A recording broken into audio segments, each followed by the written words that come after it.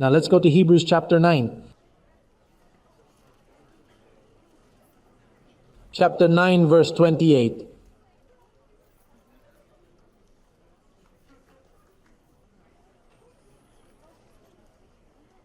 Are we all there?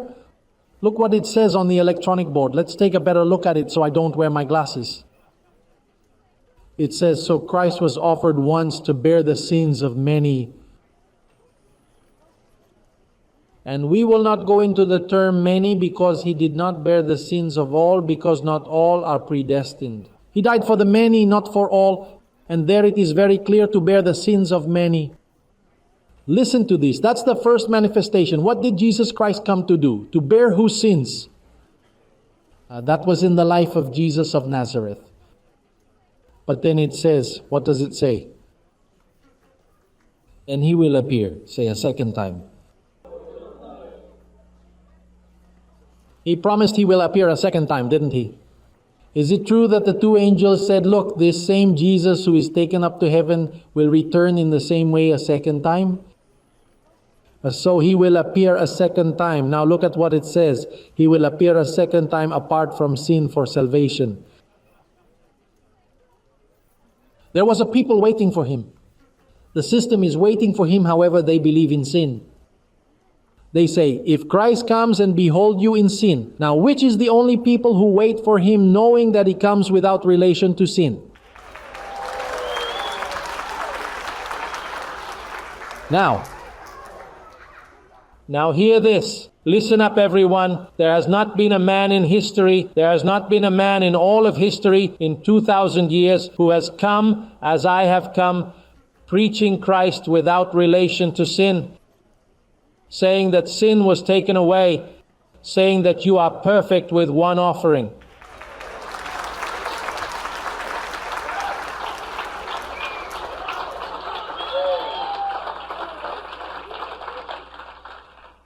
It means that he will appear a second time without relation to sin. And who is doing that? But for the first time, no one else. Don't you see that everyone thinks that sin is still in force? All the preachers, in fact. That is the reason why altars are always filled, as they constantly call out, inviting those who are in sin to come forward, for they teach about Christ in relation to sin. They still see him as if he had not risen. And it never occurred to anyone, how smart I am. No, it's not that I'm smart, it's that Jesus Christ came into my life and started preaching for me.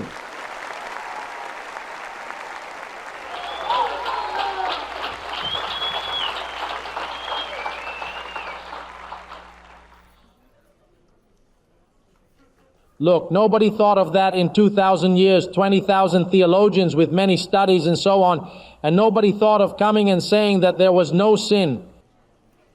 And for the time being, I, a Puerto Rican who struggled to graduate from high school, I say it. There has to be a mystery here. And the mystery is that Christ took my mind and made it like this. Have you seen those movies that say face up, that have two faces there? And for the moment, because I live, look, Jose Luis is possessed by the mind of Christ. I can't even think. I mean, I think, but I know when I am thinking.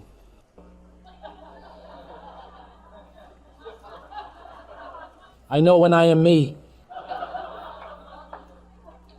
But